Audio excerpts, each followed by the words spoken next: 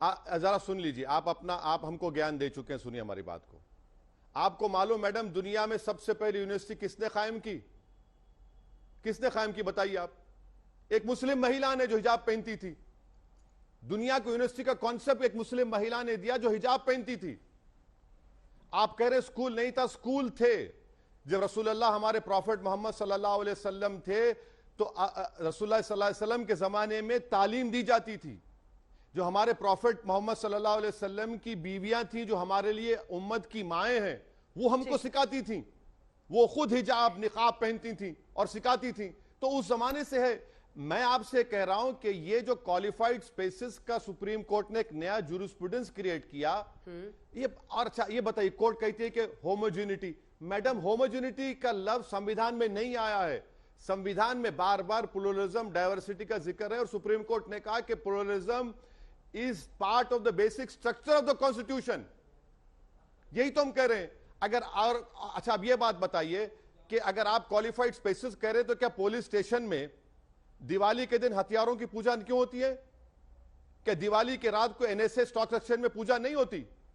क्या हम अपने कई जजेस को नहीं देखते कि वो अपने माथे पर तिलक लगाकर बैठे? क्या बताइए उसको क्या कहेंगे आप? आपने ये कह दिया कि मस्जिद एसेंशियल रिलीजियस प्रैक्टिस नहीं है, मेरी मस्जिद को तोड़ा गया। आपने कहा 5 एकड़ ले लो, आप कहीं भी नमाज पढ़ सकते। मैं गुरुग्राम में नमाज पढ़ना चाह रहा हूं, आप कहते नहीं पढ़ सकते। कहां खत्म होगा मैडम फिर ये बात, ये बताइए। और एसेंशियल रिलीजियस प्रैक्टिस कोर्ट तय करेगी या उस मजहब के जो क्वालिफाइड स्कॉलर्स हैं वो तय करेंगे? होमोजेनिटी को जो कोर्ट्स ने एक्सटेंड किया है, स्कूल, जेल, सेना, उसके पीछे एक लॉजिक है। उस लॉजिक को डिनाई नहीं किया जा सकता है। वो लॉजिक है, एक सेकंड सर, एक सेकंड नहीं है, नहीं है। एक लॉजिक आप सुनिए, तो आप एक लॉजिक को तो सुनिए। फिर कल को स्कूल में बच्चे आएंगे, वो कहेंगे हम कुछ भी पहन के आ सकते हैं। कोई लॉजिक नहीं है, कोई बर्मुडा पहनकर आना चाहेगा, कोई कुछ और पहनकर जाएगा, आना चाहेगा। कॉलेजेस में इजाजत दी गई है, सभी लोग अपना जो पहनकर आना चाहते हैं पहन के आ सकते हैं। पब्लिक प्लेसेस में, आप मार्केट में जाइए बुर्का पहनकर, हर जगह जाइए। लेकिन स्कूल में होमोजेनिटी रखी जाती है। यूनिफॉर्म शब्द ही इसीलिए बना है साहब कि वो होमोजेनिटी लाई जा सके। उसका ये अर्थ नहीं कि सबको एक रंग में रंग दिया। वो इसलिए है कि हर बच्चा एक तरह के कपड़े पहनकर आए, वो किसी भी इकोनॉमिक या सोशल क्लास को बिलोंग करता हो। ये उसके पीछे की सोच है ना सर। अरे मैडम आप सुनिए हमारी बात को। यूनिफॉर्म कई जगह पर स्कूलों में है ही नहीं, और आप कह रहे हैं कि यूनिफॉर्म पहनने से ये पता नहीं चलेगा। ये क्या यूनिफॉर्म पहनने से पता नहीं चलता कि गरीब बाप की बेटी है, दलित की बेटी है, अमीर बाप की बेटी है?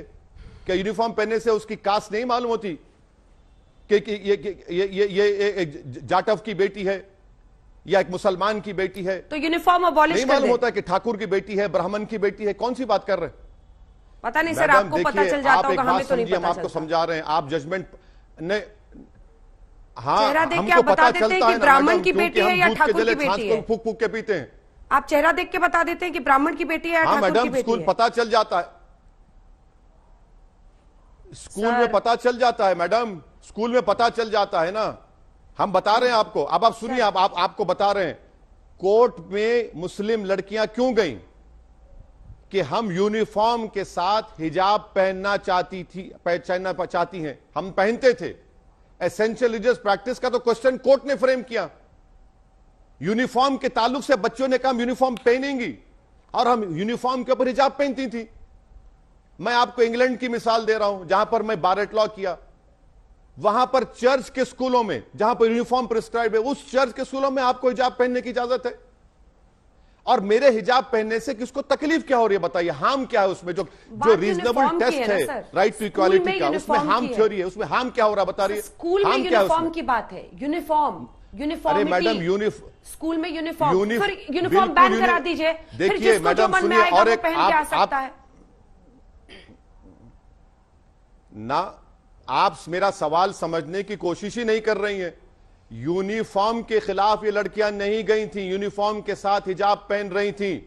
और आपको और एक मिसाल दे रहा हूं, आपको आसानी समझ में आ जाएगा। वो ये है कि जब ये मसला कोर्ट में चल रहा था तो क्या कर्नाटका के मिनिस्टर ने ये नहीं कहा, आपके आज तक के चैनल पर दिखाया गया था कि खबरदार अगर कोई लड़की सिंदूर या तिलक लगाकर आएगी तो उसको रोकना नहीं।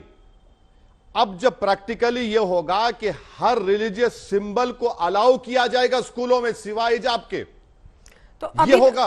सर अभी तक आप देख रहे ना हमारी बात को, अब और कोर्ट्स भी बायस थी। और सुनिए मैडम, सर एक सिंपल सवाल आपसे पूछ रही हूँ, मैं आपके सारे आर्ग्यूमेंट्स शुरू से अंत तक सुनूंगी, मेरे पास भी 10 सवाल है मन में, मुझे सिर्फ इतना बता दीजिए, अभी तक आप बीजेपी को बायस्ड कह रहे थे, एंटी मुस्लिम कह रहे थे, क्या अब इस देश की अदालतें एंटी मुस्लिम है?